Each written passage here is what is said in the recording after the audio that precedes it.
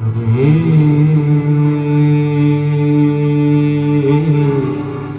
हरे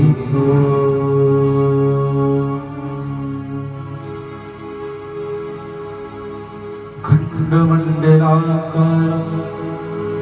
व्याप्तं येन चराचरं तत्पदं दर्शितं येन तस्मै श्री गुरवे नमः। कृष्णाय वासुदेवाय हरे परमात्मने प्रणतक्लेशनाशाय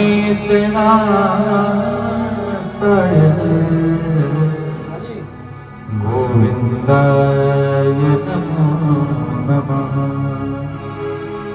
गुरु ब्रह्मा गुरुर्विष्णु गुरुर्देवो महेश्वरा गुरु साक्षात् परब्रह्म तस्मै श्री गुरवे नमः।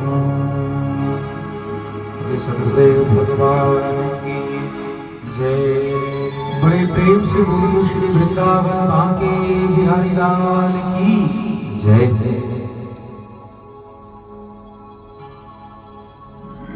भगवान श्री द्वारिकानाथ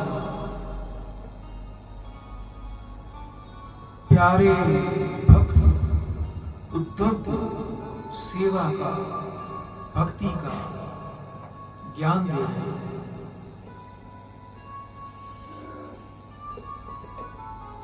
भगवान कहते हैं कि हे उद्धव की सेवा और पूजा का कोई भी आर पार नहीं। किसी भी प्रकार से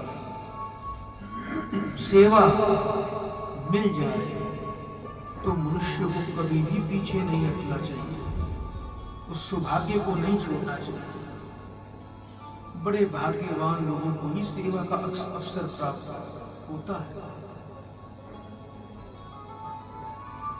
सेवा धर्म ही सबसे कठोर धर्म है।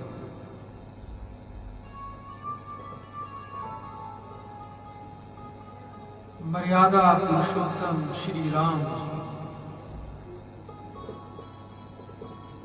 अयोध्या के राज सिंहासन पर विराजमान थे।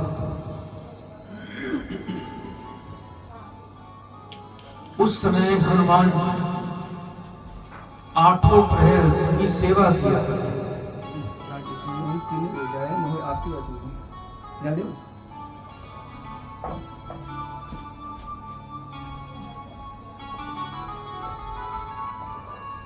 राम जी के भाई और सीता जी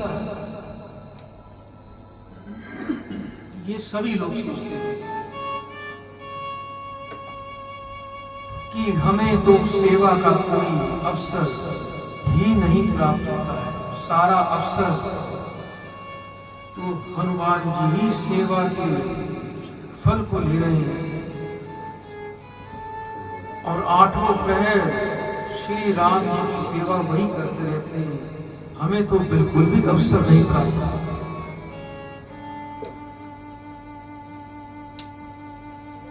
सेवा का अधिकार सबको ही प्राप्त होना चाहिए।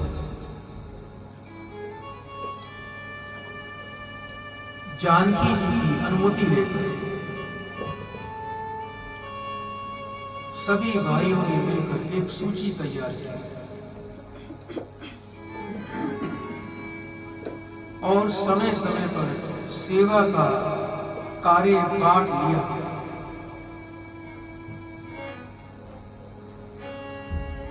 और ये बोले कि अब हम अपने हिसाब से दूसरे प्रकार से भगवान श्री राम की सेवा किया करें।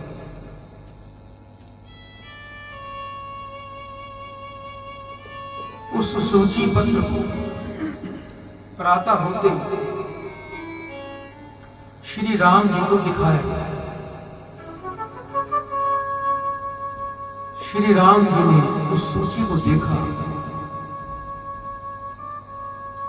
और उस सूची में हनुमान जी का कहीं भी कोई नाम नहीं था। प्रभु मुस्कुराए।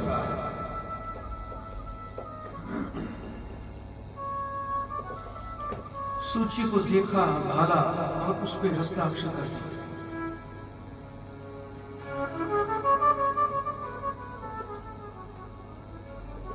अब सुनिए हनुमान जी। हनुमान जी अपने नित्य नियम अनुसार जब श्री राम जी की सेवा के लिए उपस्थित हुए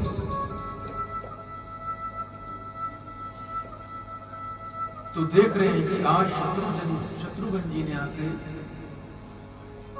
कि प्रातः ही श्री राम जी की सेवा का भाव संभाल रखा है। शत्रुघ्न जी कहते हैं कि हे हनुमान जी, कि इस सूची को आप पढ़ लीजिए।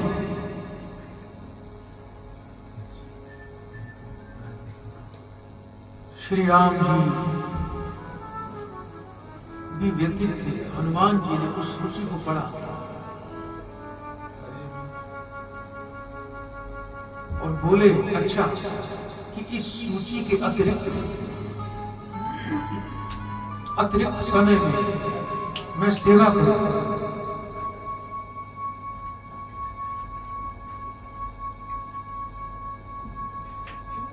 हनुमान जी अब मन में सोचने लगे कि ऐसी कौन सी सेवा है जो मैं अतिरिक्त सेवा श्री राम जी की कर पाऊं।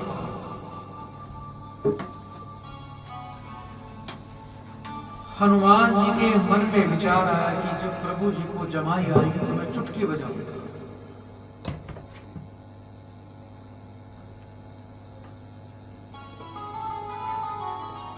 अब हनुमान जी श्री राम जी के समक्ष बैठ गए और उनके मुख कमल को बड़े ध्यान से निहारते कि ना जाने भगवान को कब जमाई आ जाए और मुझे चुटकी बजाना पड़ा।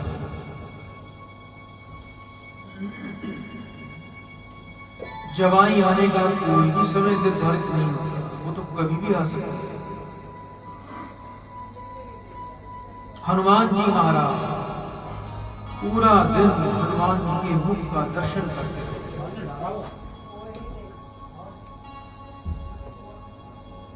जब रात्रि को प्रभु जी अपने अंतरपुर में पधारे, हनुमान जी भी उनके पीछे पीछे चलते।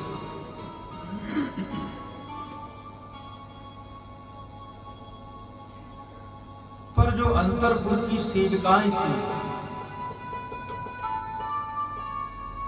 उन्होंने हनुमान जी को भीतर नहीं जाने दिया।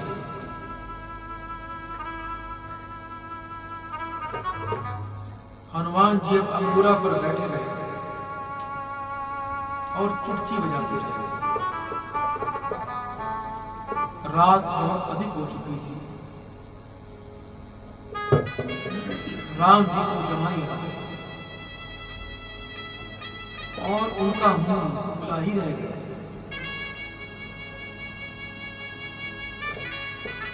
इस समय की सेवा को कोई भी समझ नहीं पाया।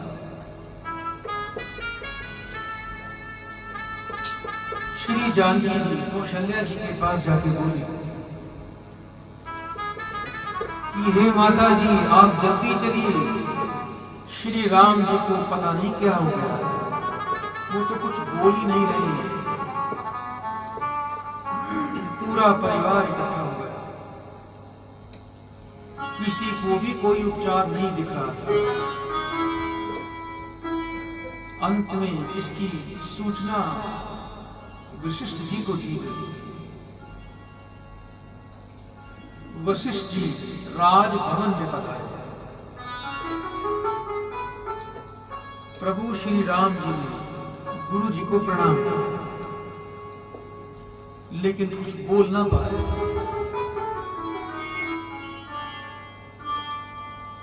अब वशिष्ठ जी मन में ध्यान लगाते हैं और कहते हैं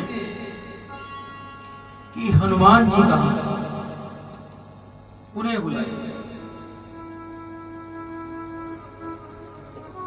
अब सेवक हनुमान जी को ढूंढने निकल पड़े।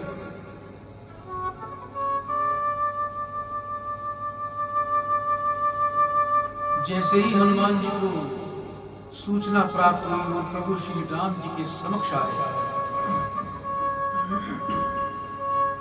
उन्हें देखते ही श्री राम जी ने अपना मुख बंद कर लिया। वशिष्ठ जी हनुमान जी से पूछते हैं कि हे हनुमान, तुम कहां चले गए थे और क्या कर रहे थे? हनुमान जी कहते हैं कि हे गुरु वशिष्ठ जी, मुझे सेवा से विमुक्त कर दिया गया।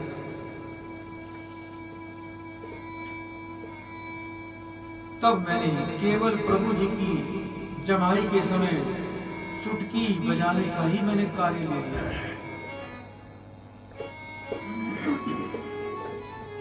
रात्रि के समय अंतरपुर में मुझे किसी ने भी अंदर नहीं आने दिया। अब मुझे कैसे ज्ञान हुआ कि प्रभु जी को जमाई आ गई है और कब आ गई है? इसलिए रात भर में चुटकी बजाता रहा। वशिष्ठ जी कहते हैं कि हे भाई, कि ये राम का सेवक है, इनको सेवा का पहले जैसा ही अधिकार देना चाहिए। हनुमान जी को श्री राम जी की सेवा से बिल्कुल भी अलग नहीं करना चाहिए।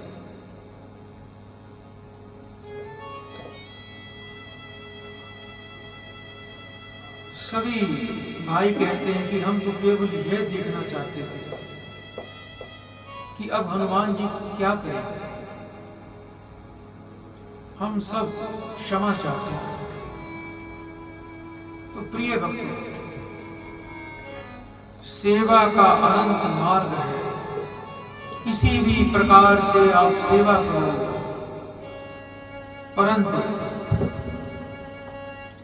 प्रसन्न चित्त होकर ही प्रभु की सेवा करनी चाहिए, लोगों की सेवा करनी चाहिए।